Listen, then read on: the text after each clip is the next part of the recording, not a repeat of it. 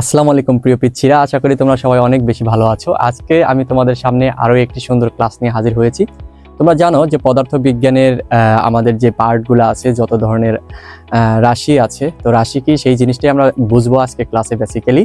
তো আমরা যাই কিছু পরিমাপ করি না কেন, ঠিক আছে, সবকিছুই আমরা কিভাবে পরিমাপ করব, কোনটা দিয়ে কি বুঝবো, ঠিক আছে, মানে আসলে কোনগুলোর দিকের উপর নির্ভর করবে, কোনগুলোর দিকের উপর নির্ভর করবে না, তারপর কোনগুলাকে ভাঙলে আমি একাধিক রাশি পাবো আর কোনগুলাকে ভাঙলে আমি একাধিক রাশি পাবো না, এই সব কিছু নিয়ে আজকে এই ছোট্ট ক্লাস। তো আজকের ক্লাসে আমি তোমাদেরকে রাশি এবং রাশির যত প্রকার আছে সেই জিনিসগুলো দেখানোর চেষ্টা করব, ঠিক আছে। তো চলো আমরা ক্লাসে চলে যাই। তোমরা দেখতেই পাচ্ছ আজকে ক্লাসের টপিকস কি। আজকে ক্লাসের টপিকস হলো রাশি, ঠিক আছে। আজকে ক্লাসের টপিকস কি?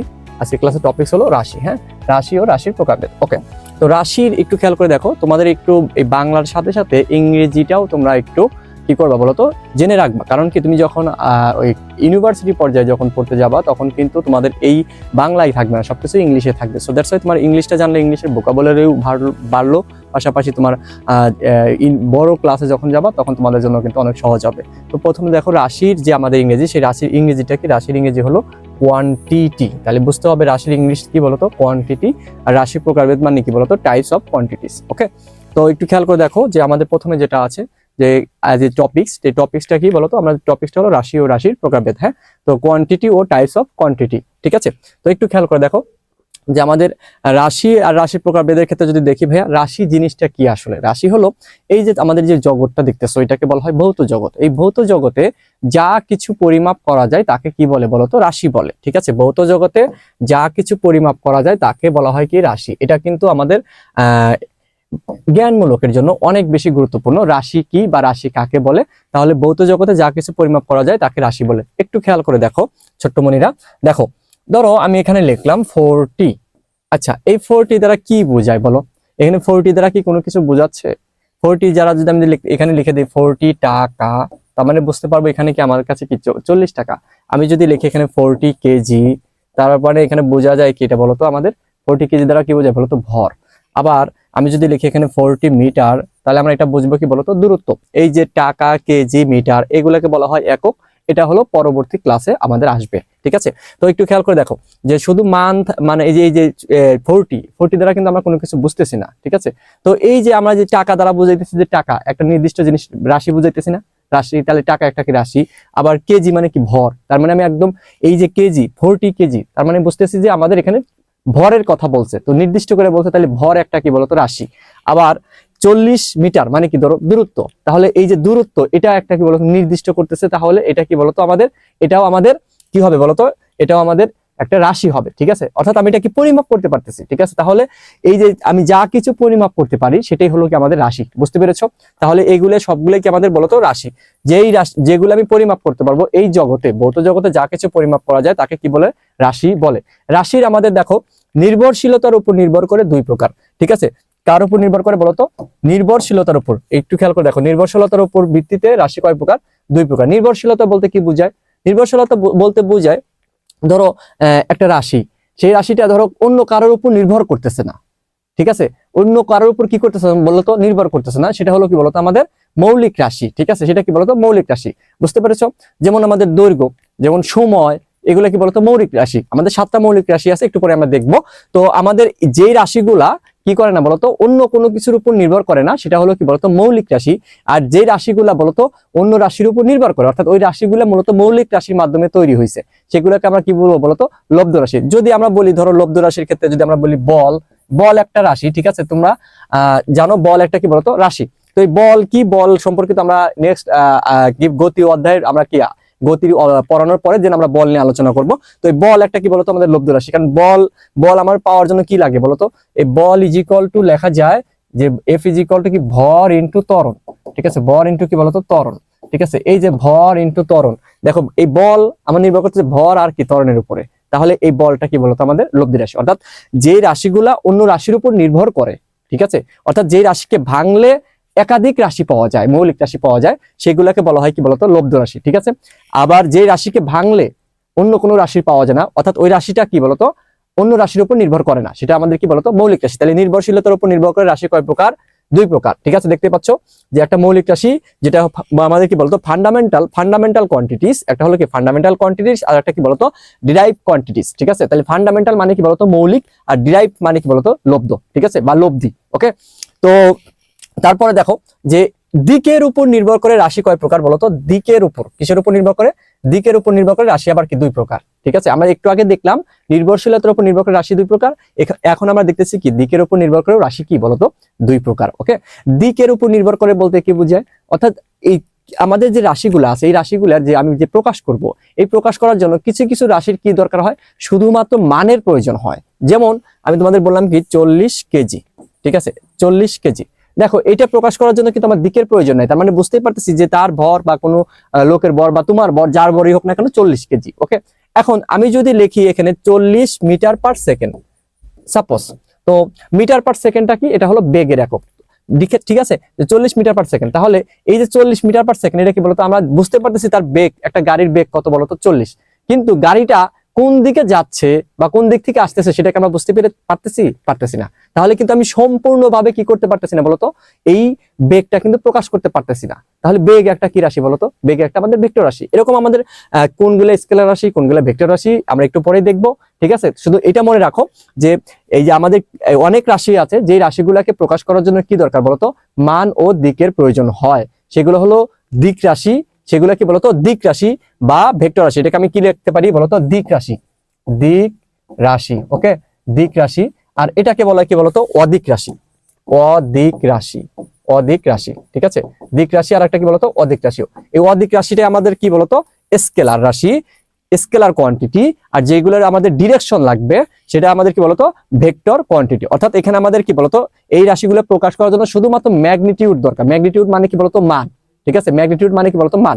আর এখানে কি বলতো? ম্যাগনিটিউড উইথ ডিরেকশন, দুটোই লাগবে। বুঝতে পেরেছো? তো চলো আমরা মৌলিক রাশি এবং লব্ধ রাশি কোনগুলো সেগুলো একটু জানার চেষ্টা করি এবং ডেফিনেশন জানার চেষ্টা করি।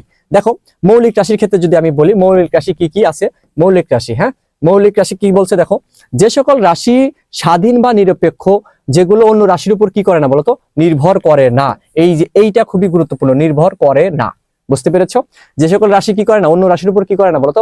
নির্ভর করে না, বরং অন্যান্য রাশি এদের উপর কি করে বলতো? নির্ভর করে। সেগুলোকে কি বলে? মৌলিক রাশি বলে, যেটা আমি আগেই বলেছি।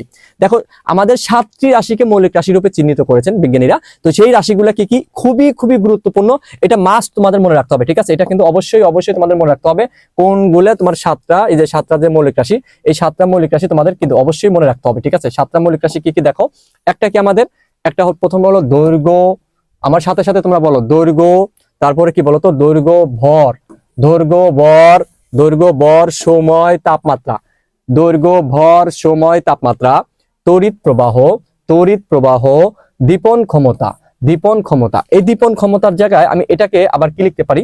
ঠিক আছে, এটাকে দীপন ক্ষমতা লিখতে পারি, আবার কি আলোর তীব্রতাও লিখতে পারি।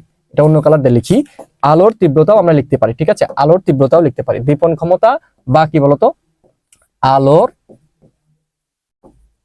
তীব্রতা, একই জিনিস, হ্যাঁ, দীপন ক্ষমতা আলোর তীব্রতা। ওকে, তো দীপন ক্ষমতা বা কি আলোর তীব্রতা। তারপর আমাদের কি আছে বলতো? তারপর আছে হলো আমাদের পদার্থের পরিমাণ, পদার্থের কি বলতো? পরিমাণ। একটু খেয়াল করে দেখো, দৈর্ঘ্য ভর সময়, এই 3টে রাশি তোমরা জানো। তারপর তাপমাত্রা তোমরা জানো, ঠিক আছে, ঠান্ডা না গরম। তারপর তড়িৎ প্রবাহ মানে কারেন্ট আর কি, ঠিক আছে। দীপন ক্ষমতা বা আলোর তীব্রতা এটা তোমরা হয়তো জানো না, এটা হলো ইন্টেন্সিটি, আলো কতটা উজ্জ্বল নাকি অন্ধকার, সেটা হলো আমাদের কি বলতো? আলোর তীব্রতা। তারপর কি পদার্থের পরিমাণ, মানে কতটুকু আছে, ঠিক আছে, কতটুকু পদার্থ আছে, ঠিক আছে, সেটা হলো কি পদার্থের পরিমাণ। বুঝতে পেরেছো? তো এগুলাকে বলা হয় কি বলতো? মৌলিক রাশি। এই 7টা মৌলিক রাশি, এই মৌলিক রাশিগুলো ফিক্সড, ঠিক আছে। এই ভৌত জগতে এই 7টাই হলো কি মৌলিক রাশি, ঠিক আছে। আর বাকি যা আছে সব কি বলতো? লব্ধ রাশি, মনে থাকবে। তাহলে এই 7টা রাশি যদি আমাকে এমসিকিউতে আসে নিচের কোনটি মৌলিক রাশি বা নিচের কোনটি মৌলিক রাশি নয়, তাহলে এই জিনিসগুলো জানলেই কিন্তু আমরা এমসিকিউ করতে পারবো। এই অধ্যায় শেষে কিন্তু আমরা এমসিকিউ প্র্যাকটিস করবো। ওকে, এই অধ্যায় টোটাল আমি 3টে বেসিক ক্লাস নিব, দেন আমরা এমসিকিউ প্র্যাকটিস করবো।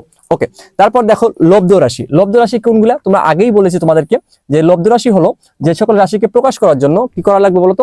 মৌলিক রাশির উপর নির্ভর করতে হবে, ঠিক আছে। অর্থাৎ একটা রাশিকে ভাঙলে যদি আমাদের একাধিক মৌলিক রাশি পাওয়া যায়, সেটা হলো আমাদের কি বলতো? লব্ধ রাশি। লব্ধ রাশির ক্ষেত্রে যেমন আমি বলতে পারি বেগ, ত্বরণ, বল, কাজ, তাপ, বিভব, এগুলো হলো আমাদের সবই কি বলতো? লব্ধ রাশি। আরো অনেক রাশি আছে যেগুলো আমরা আস্তে আস্তে জানবো।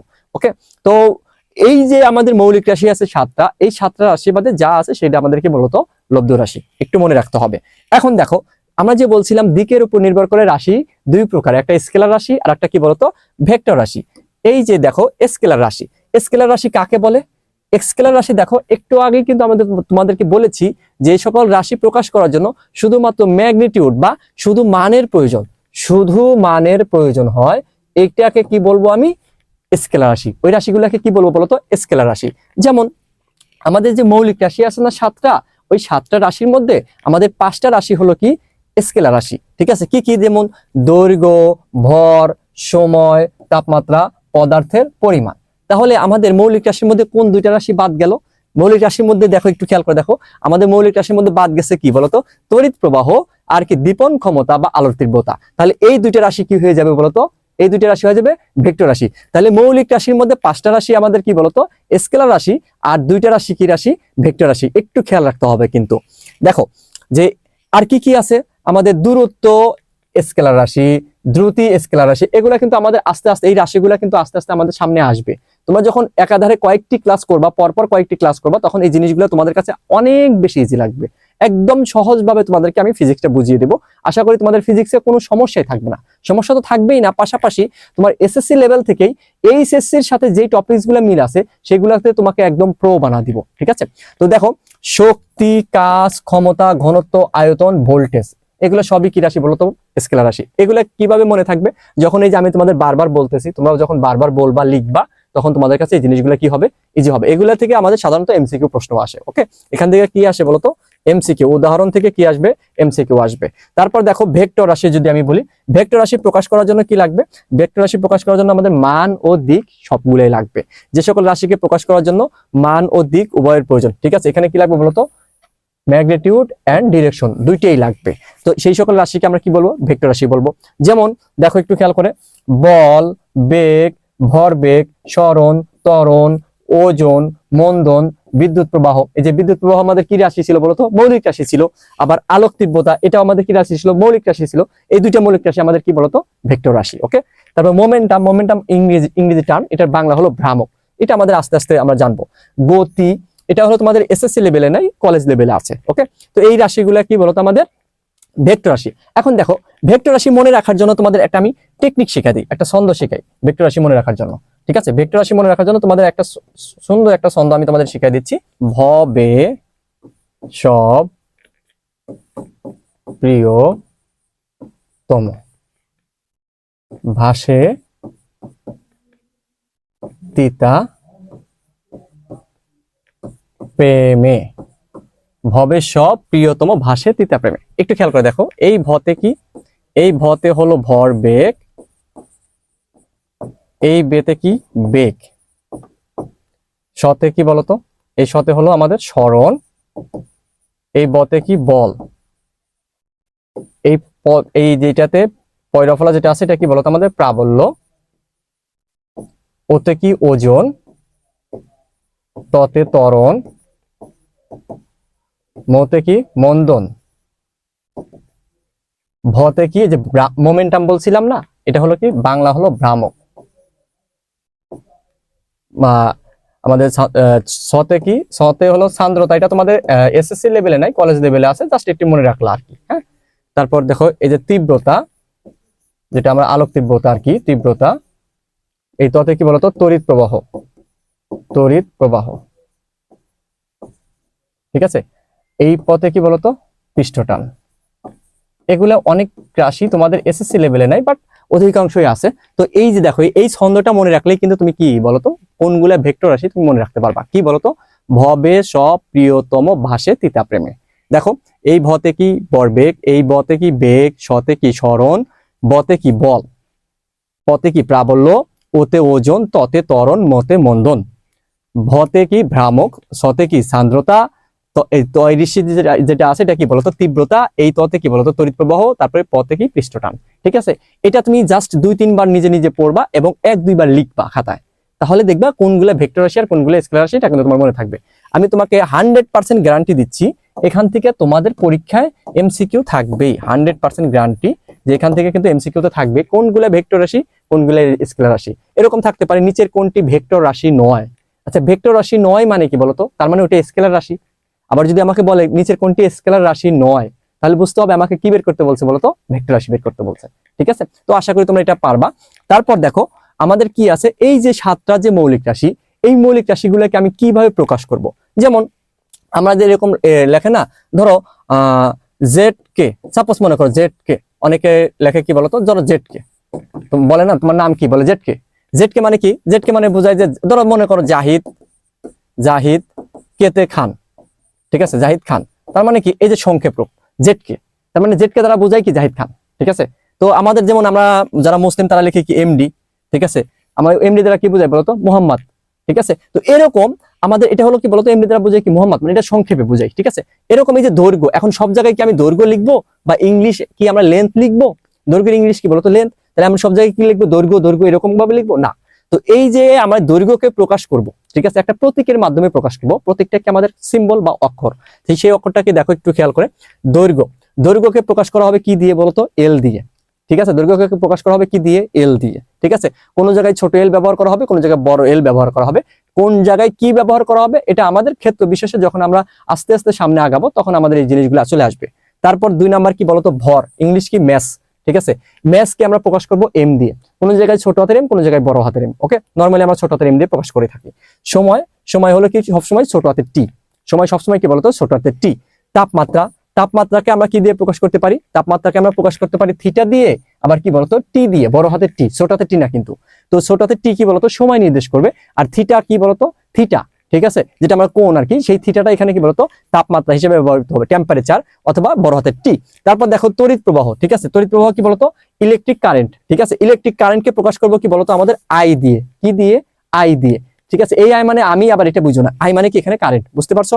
তারপর দীপন ক্ষমতা বা আলোক তীব্রতা, এটাকেও প্রকাশ করবো কি দিয়ে বলতো, আই দিয়ে, ইন্টেন্সিটি দিয়ে। ঠিক আছে, তো এই দেখো এখানে আই মানে কি বলতো কারেন্ট, আবার আই মানে কি বলতো তড়িৎ তীব্রতা। এখন কোন জায়গায় কোনটা ইউজ করবো সেটা তোমাদের নিয়ে কোনো টেনশন করার দরকার নেই, আমি তো আছি, প্যারা নিও না। কোন জায়গায় কোনটা ইউজ করবো ধারাবাহিক তোমার ক্লাস করতে থাকো, ইনশাল্লাহ সব পেয়ে যাবা।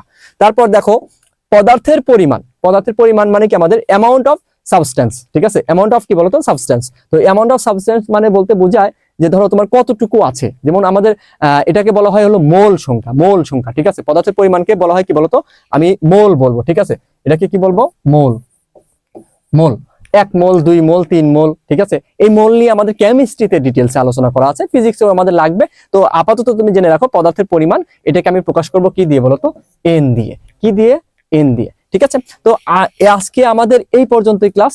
তো নেক্সট ক্লাসে আমরা কি করব বলতো, একক নিয়ে আলোচনা করব। সবাই ভালো থাকো।